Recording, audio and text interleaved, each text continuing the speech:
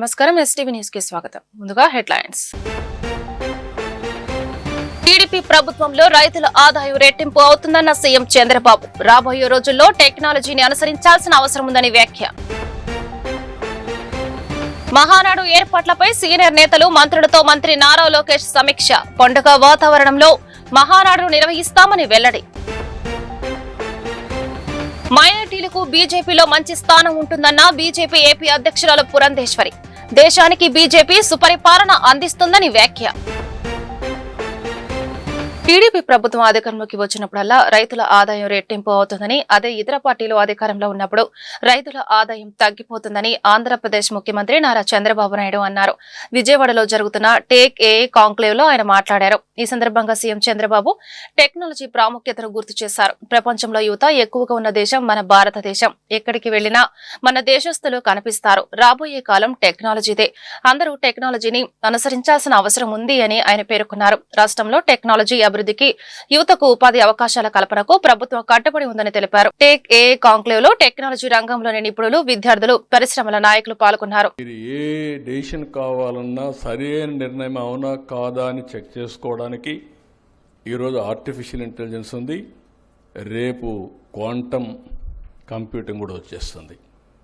కాబట్టి right decisions వస్తాయి. దాన్ని అమలు చేసే శక్తిని మనం తీసుకోవాల్సిన అవసరం ఉంది. ఇంకొక పక్కన బుక్ మై సర్వీస్ కింద ఇంకొక మిత్రుడు ఒక యాప్ కూడా తీసుకొచ్చాడు. అది కూడా ఏవి ఉన్నాయో ఆ క్వాలిటీస్ అని చెప్పారు. నరేంద్ర ఫార్మర్స్ కింద ఉండి, నేను కొంతమంది మీ హిస్టరీ చూస్తే ఎక్కడెక్కడో ఐటీ కంపెనీల్లో పనిచేసిన వాళ్ళు ఇప్పుడు వచ్చి వ్యవసాయం చేస్తున్నారు. విదేశాల్లో సైంటిస్టులుగా పనిచేసిన వాళ్ళు ఇక్కడికి వచ్చి వ్యవసాయం చేస్తున్నారు. కొంతమంది ప్రయోగాలు చేసి చేతులు కాలిన పట్టు వదిలిపెట్టకుండా ఇప్పుడు మొత్తం చెప్పి శ్రీనివాస్ లాంటి వాళ్ళు ఆ పని చేస్తున్నారు. ఇవి వినూత్నమైన అనుభవాలు. ఇప్పుడే నరేంద్ర గారు ఒక మాట అన్నారు, ఏదైతే డైరీ షెడ్స్కి ట్యాక్స్ వేస్తున్నారని. ఇప్పుడే నా నోటీస్కి వస్తూ ఉంది. ఈ మధ్యకాలం నా నోటీస్ కొన్ని వస్తే 5 సంవత్సరాలు జరిగిన విధ్వంసాన్ని స్టెప్ బై స్టెప్ అధిగమిస్తూ వస్తున్నాం. మామూలు విధ్వంసం కాదు, మీరు గుర్తుపెట్టుకోవాలి. 10 లక్షల కోట్ల రూపాయల అప్పు. బ్రాండ్ ఆఫ్ ఏపీ జీరో కూడా కాదు, మైనస్. ఆంధ్రప్రదేశ్ నిర్రాం అనే పరిస్థితి, భయపడిపోతున్నారు. అలాంటి దగ్గర నుంచి నా క్రెడిబిలిటీతో మళ్ళీ నేను కన్విన్స్ చేసి ఏమీ కాదు, మా దగ్గర అన్ని పరిస్థితులు బాగున్నాయని కన్విన్స్ చేసుకుంటూ వస్తున్నాం. మొన్నే నాలా కూడా తీసేశాను. చాలా చట్టాలు కూడా రీవ్యాంప్ చేస్తున్నాం. ఏవైతే ప్రజల్ని ఇబ్బంది పెట్టే చట్టాలన్నీ సమీక్ష చేస్తాం, ఇర్రెలవెంట్ తీసేస్తాం. మిమ్మల్ని ఇబ్బంది పెట్టకుండా, మీకు కూడా ఓసారి కోరికలు ఎక్కువ ఉంటాయి, అన్నీ మీరే చేయండి సార్ అని. అల్లావుద్దీన్ అద్భుత దీపం ఉంటే అన్నీ చేస్తాను. కానీ నేను సంపద సృష్టించాలి, ఆదాయం పెంచాలి. పెంచిన ఆదాయం నేను చెప్పిన ప్రకారం సంక్షేమ కార్యక్రమాలు సూపర్ 6కి ఇవ్వాలి. మళ్ళీ కొంత డబ్బులు అభివృద్ధి పైన పెట్టాలి. మీలాంటి పారిశ్రామికవేత్తలను కూడా మనం చూస్తే చాలామంది ఇబ్బంది పడుతున్నారు. పౌల్ట్రీ ఇబ్బందుల్లో ఉంది, టెక్స్టైల్ ఇబ్బందుల్లో ఉంది, చాలా ఇండస్ట్రీస్ అన్ని ఇబ్బందుల్లో ఉన్నాయి. వాళ్ళని ఒక్కొక్కరిని కనీసం కడపలో మహానాడు ఏర్పాట్లపై మంత్రులు, సీనియర్ నేతలతో టీడీపీ జాతీయ ప్రధాన కార్యదర్శి మంత్రి నారా లోకేష్ సమావేశమయ్యారు. ఈ సందర్భంగా ఆయన మాట్లాడుతూ కడపలో పండుగ వాతావరణంలో తెలుగుదేశం పార్టీ మహానాడు నిర్వహిస్తున్నామని పేర్కొన్నారు. మహానాడు ఏర్పాట్లపై పోలిట్ బ్యూరో సమావేశానికి ముందు మంగళగిరిలోని తెలుగుదేశం పార్టీ జాతీయ కార్యాలయంలో మహానాడు కమిటీల కన్వీనర్లు, కో కన్వీనర్లతో పార్టీ జాతీయ ప్రధాన కార్యదర్శి నారా లోకేష్ సమావేశం నిర్వహించారు. మహానాడు ఏర్పాట్ల గురించి నేతలతో సుదీర్ఘంగా చర్చించారు. పలువురు మంత్రులు, సీనియర్ నేతలకు బాధ్యతలు అప్పగించారు. బుధవారం సాయంత్రం టీడీపీ జాతీయ అధ్యక్షులు సీఎం చంద్రబాబు అధ్యక్షతన జరిగే టీడీపీ పోలిట్ బ్యూరో సమావేశంలో మహానాడు ఏర్పాట్లపై మంత్రి నారా లోకేష్ ఆధ్వర్యంలోని మంత్రుల కమిటీ నివేదిక ఇవ్వనుంది. అన్న ఎన్టీఆర్ గారి దగ్గర నుంచి పండుగ వాతావరణంలో మహానాడును నిర్వహించడం జరుగుతుంది. పార్టీ కష్టకాలంలో ఉన్నా, అధికారంలో ఉన్నా మహానాడును నిర్వహించాం. గత ప్రభుత్వంలో మహానాడుకు అడుగడుగున ఇబ్బందులు పెట్టారు. అయినా ప్రజలు స్వచ్ఛందంగా తరలివచ్చి విజయవంతం చేశారు. పార్టీ ఆవిర్భావం తర్వాత చరిత్రలో ఎన్నడూ లేని విధంగా తిరుగులేని మెజార్టీ సాధించాం. వసతి రవాణాకు ఇబ్బందులు తలెత్తకుండా చూడాలని ఈ సందర్భంగా మంత్రి లోకేష్ నేతలకు దిశానిర్దేశం చేశారు. 3 రోజుల పాటు మహానాడు నిర్వహించాలని సమావేశంలో నిర్ణయించారు. బీజేపీ నినాదం సబ్కే సాత్ సబ్కా వికాస్ అని, పార్టీలో కులమతాలకు తావులేదని ఏపీ బీజేపీ అధ్యక్షురాలు దగ్గుబాటి పురంధేశ్వరి స్పష్టం చేశారు. ఇది బీజేపీ మూల సిద్ధాంతమని పేర్కొన్నారు. ఆమె శాసన మండలి వైస్ చైర్పర్సన్ పదవికి రాజీనామా చేసి జకియా ఖానం బీజేపీలో చేరడం చాలా సంతోషంగా ఉందన్నారు. మైనారిటీలకు బీజేపీపై ఉన్న ప్రేమ, విశ్వాసం జకియా ఖానం చేరికతో మరోసారి రుజువైందన్నారు. జకియా ఖానంను మనస్ఫూర్తిగా బీజేపీలోకి ఆహ్వానిస్తున్నామన్నారు. వైసీపీకి శాసన మండలి వైస్ చైర్పర్సన్ పదవికి రాజీనామా చేసిన జకియా ఖానం బీజేపీలో చేరారు.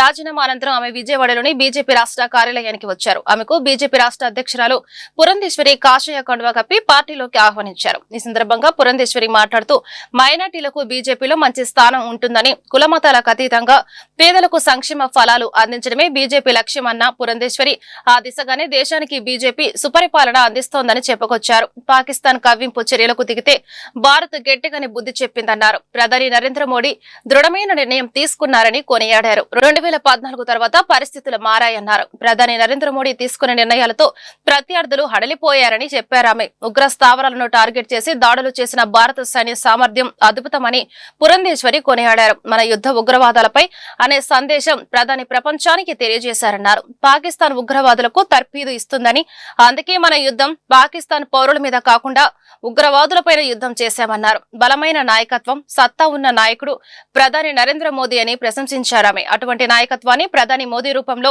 బీజేపీ ఈ రోజు దేశానికి అందించిందని పురంధేశ్వరి చెప్పుకొచ్చారు. మంత్రి సత్యకుమార్ యాదవ్ మాట్లాడుతూ జకియా ఖానం కుటుంబంలో ఎన్నో ఏళ్లుగా రాజకీయాల్లో ఉంటుందన్నారు. జకియా ఖానం బీజేపీలో చేరడం సంతోషకరమన్నారు. జకియా ఖానం మాట్లాడుతూ ప్రధాని మోదీ అందరికీ సమాన హక్కులు అమలు చేస్తున్నారని తెలిపారు. ముస్లిం మహిళలకు భరోసా ఇచ్చిన ఏకైక ప్రధాని మోదీయే అని పేర్కొన్నారు. ముస్లిం మైనారిటీల నుంచి మంచి సందేశం ఇచ్చినందుకునే పార్టీలో చేరినట్లు చెప్పారు. ముస్లిం మైనారిటీల నుంచి మంచి సందేశం ఇచ్చేందుకే పార్టీలో చేరినట్లు తెలిపారు.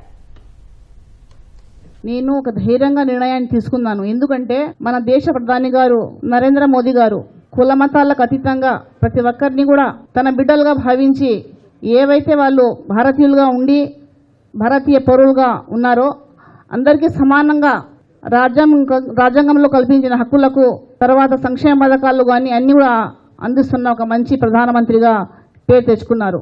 ప్రత్యేకంగా ముస్లిం మైనార్టీల విషయంలో వస్తే, మహిళల విషయానికి వస్తే త్రిపుల్ తలాక్ కానీ, తర్వాత అనేక విషయాలపైన వక్ఫ్ బిల్లులో కూడా చాలామంది పెద్దలు ఆ వక్ఫ్కి సంబంధించిన సంపదను వాళ్లకు మాత్రమే సొంతం చేసుకునేవారు. కానీ అలా కాకుండా పేద వర్గాల్లో కూడా ఆ సంపదలో భాగస్వాములు కావాలా అని ఒక మంచి కోరిక పైన ప్రధాని మోదీ గారు కూడా మంచి నిర్ణయం తీసుకున్నారు. నేను భారతీయ జనతా పార్టీలో ఉండి ముస్లిం మైనారిటీలకు ఒక మంచి మెసేజ్ ఇవ్వాలా అనే ఒక ఉద్దేశంతో ఇప్పుడు భారతీయ జనతా పార్టీలో చేరడం జరిగింది. డొనాల్డ్ ట్రంప్ గారు వారు ఒక ప్రెస్ కాన్ఫరెన్స్ లో చెప్పారు, మీరు గనక యుద్ధాన్ని విరమించుకోకపోయినట్లయితే మీతో జరిపేటువంటి ట్రేడ్ ఏదైతే ఉందో, వ్యాపార లావాదేవీలు ఏవైతే ఉన్నాయో వాటిని మేము సమాప్తం చేస్తామని చెప్పి వారు చెప్పారు. కానీ వారు చెప్పినటువంటి విషయాన్ని ఇవాళ నరేంద్ర మోడీ గారు వారికి గట్టిగా సమాధానం చెప్పారు. మీరు అసలు ఎవరు, మా భారతదేశ ఆంతరంగిక వ్యవహారాల్లో కలిగించుకునేటువంటి అవసరము లేదు, మీకు ఆ హక్కు లేదు. మీరు వ్యాపార లావాదేవీలు, ఉగ్రవాదాన్ని ఒకే గాడి మీద మీరు ఈ రెండింటినీ కూడా చూసేటువంటి అవకాశం లేదు. కనుక మీ బెదిరింపులకి మేము బెదిరిపోమని చెప్పి వారు చెప్పారు. అదేవిధంగా ఏదైతే న్యూక్లియర్ బాంబ్ మా దగ్గర ఉన్నది అని చెప్పి పాకిస్తాన్ మన బెదిరిస్తుందో ఆ బెదిరింపుకు కూడా భారతదేశం లొంగదు, బెదిరిపోదు అని చెప్పి ఒక గట్టి సందేశాన్ని ప్రధాని నరేంద్ర మోడీ గారు ఇచ్చారు. భారతీయ జనతా పార్టీ మతతత్వ పార్టీ అని చెప్పి విపక్ష నాయకులు మా మీద ఏమైనా విమర్శ చేయొచ్చేమో కానీ ఎప్పుడు కూడా భారతీయ జనతా పార్టీ ఆ రకంగా వ్యవహరించలేదు. అందరినీ భారతీయులు అనేటువంటి ఒక భావనతోటి ప్రతి ఒక్కరికి సంక్షేమాన్ని అందిస్తున్నటువంటి సందర్భంలో ఆ యొక్క మనోభావాన్ని గుర్తించి ఇవాళ జాకియా గారు భారతీయ జనతా పార్టీలో చేరుతున్నటువంటి సందర్భంలో వారిని నేను హృదయపూర్వకంగా పార్టీలోకి ఆహ్వానిస్తూ వారికి నా శుభాకాంక్షలు తెలియజేస్తూ సెలవు తీసుకుంటున్నాను. నమస్కారం, జై హింద్. అయితే గత కొన్ని నెలల క్రితం ఈ శాసన మండలిలో మాట్లాడుతున్నప్పుడు వారిని నేను చూస్తూ ఉన్నాను. అనేక విషయాల మీద చాలా నిర్మాణాత్మకంగా, తక్కువ మాట్లాడినా నిర్మాణాత్మకంగా మాట్లాడుతుంటారు. ఒకానొక సందర్భంలో ఒక విషయం మీద డిబేట్ జరుగుతున్నప్పుడు ఆవిడ వచ్చి తన వైపు, తన అభిప్రాయాన్ని చాలా స్పష్టంగా వారు చెప్పడం జరిగింది. అంటే చెప్పదలుచుకున్న విషయాన్ని చాలా సూటిగా, స్పష్టంగా, ఎందుకంటే తక్కువ మాట్లాడుతుంటారు కాబట్టి వారి ఇది నాకు తెలియకుండా ఉండేది, కానీ ఆ రోజు చాలా స్పష్టంగా, సూటిగా తను చెప్పాలనుకున్న విషయాన్ని వారు చెప్పడం జరిగింది. శ్రీ దుర్గమల్లేశ్వర స్వామివార్ల దేవస్థానంలో మల్లేశ్వర మహామండపం 6వ అంతస్తులో హుండీ లెక్కింపు కార్యక్రమాన్ని నిర్వహించారు. 23 రోజులకు గాను ఈ సందర్భంగా భక్తులు సమర్పించిన కానుకలు మొక్కుబడుల రూపంలో 3,03,07,549 రూపాయలు, 420 గ్రాముల బంగారం, 7 కేజీల 20 గ్రాముల వెండి లభించింది. ఈ కార్యక్రమాన్ని ఆలయ కార్యనిర్వహణాధికారి మరియు డిప్యూటీ కలెక్టర్ వికే శివనాయక్ పర్యవేక్షించారు. దేవాదాయ శాఖ సిబ్బంది, 1 టౌన్ పోలీసులు, ఎస్పీఎఫ్ అధికారులు హుండీ లెక్కింపులో పాల్గొన్నారు.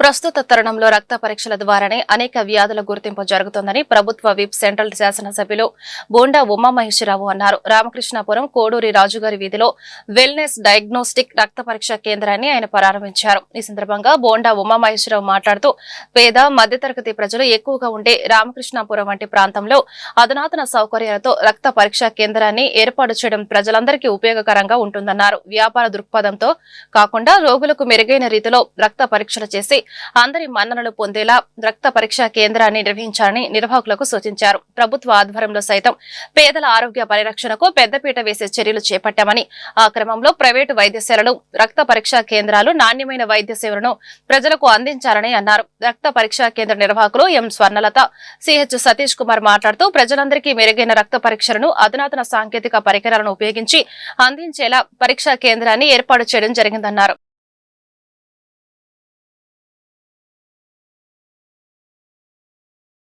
నా పేరు స్వర్ణలత అండి. నేను వెల్నెస్ డయాగ్నోస్టిక్స్ అని చెప్పి ఓపెన్ చేశాను కొత్తగా. అది 2 years నుంచి వేరే డయాగ్నోస్టిక్స్ అంటే లైఫ్ లైన్ డయాగ్నోస్టిక్స్ అనే నేమ్ మీద ఉండేది. ఇప్పుడు నేను కొత్తగా దీని పేరు మీద రిజిస్ట్రేషన్ చేసి ఈ ఏరియాలో సర్వీస్ అనేది, అంటే మెడికల్ సర్వీస్ అనేది నీడ్ ఉంది కాబట్టి నేను కంపల్సరీ ఇక్కడ నీడ్ ఉందని డయాగ్నోస్టిక్ సెంటర్ ఓపెన్ చేసి మెడికల్ డాక్టర్స్ అందరూ, అంటే ఆర్థోపెడిషియన్, జనరల్ ఫిజిషియన్, ప్రస్తుతం అంటే మన మానసిక వైద్య నిపుణులు ఉంటారు కదా, వాళ్ళ ద్వారా కూడా నేను గైనకాలజీ అందరి ద్వారా నేను ఇక్కడ ట్రీట్మెంట్ అనేది ఇప్పిస్తున్నాను. దీనికి బొండమ్మ గారు వచ్చి మాకు హెల్ప్ చేసినందుకు థ్యాంక్ యూ సో మచ్ అండి.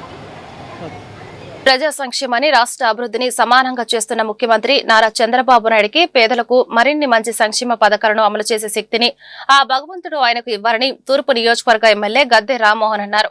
పేదల సంక్షేమానికి ముఖ్యమంత్రి నారా చంద్రబాబు నాయుడు చిత్తశుద్దితో పనిచేస్తున్నారని కొనియాడారు. తూర్పు నియోజకవర్గ పరిధిలోని 11వ డివిజన్ రైతు బజార్ దగ్గర నియోజకవర్గంలోని 30 మందికి 38 లక్షల విలువైన ముఖ్యమంత్రి సహాయ నిధి చెక్కులు, ఎల్ఓసి పత్రాల పంపిణీ కార్యక్రమం జరిగింది. తూర్పు నియోజకవర్గ ఎమ్మెల్యే గద్దె రామ్మోహన్ రావు పాల్గొని లబ్ధిదారులకు స్వయంగా సీఎంఆర్ఎఫ్ చెక్కులు, ఎల్ఓసి పత్రాలను అందజేశారు. ఈ సందర్భంగా ఎమ్మెల్యే గద్దె రామ్మోహన్ మాట్లాడుతూ రాజకీయాలతో సంబంధం లేకుండా దరఖాస్తు చేసుకున్న ప్రతి ఒక్కరికి సీఎంఆర్ఎఫ్ ద్వారా చెక్కులను అందజేస్తున్నామని చెప్పారు. వారానికి సుమారు 30 నుంచి 40 లక్షల వరకు విలువైన చెక్కులను అందజేస్తున్నామని, అంటే నెలకు ₹1 కోటి పైగానే సీఎంఆర్ఎఫ్ చెక్కులను నియోజకవర్గంలో లబ్ధిదారులకు స్వయంగా అందజేస్తున్నారని అన్నారు. గత వైఎస్ఆర్సీపీ ప్రభుత్వం 5 సంవత్సరాలలో కేవలం 10 నుంచి 15 మందికి మాత్రమే సీఎంఆర్ఎఫ్ చెక్కులను అందజేశారన్నారు.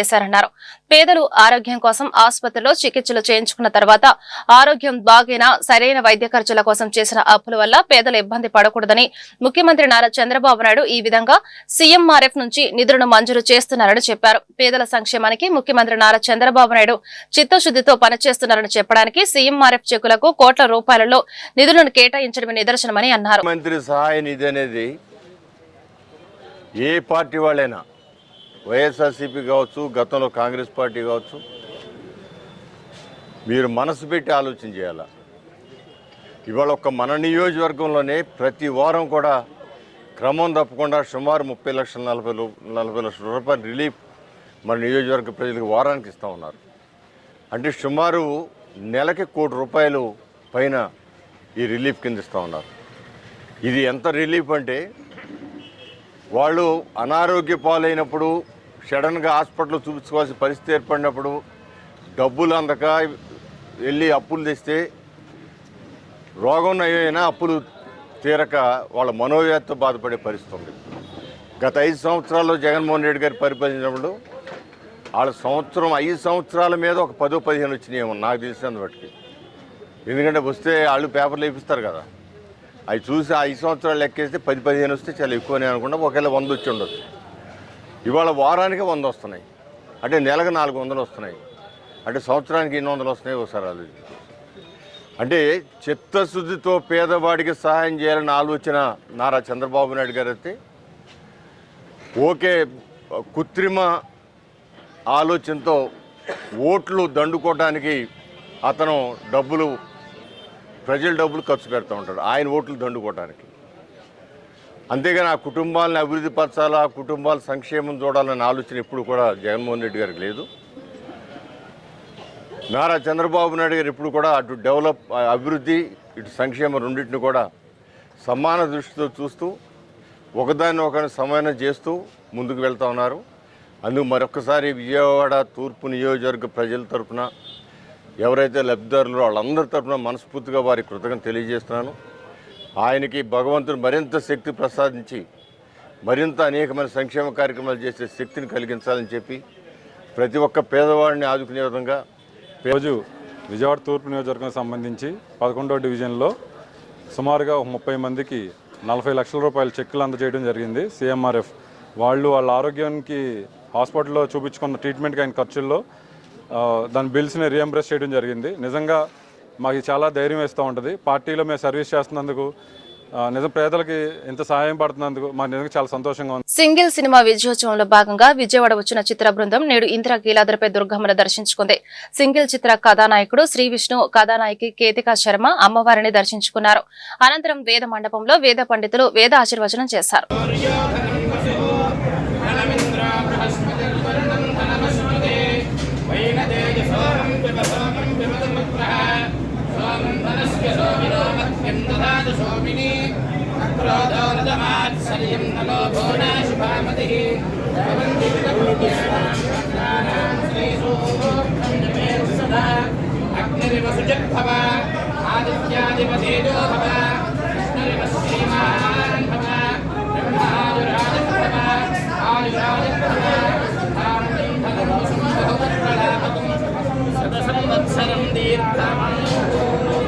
మేడం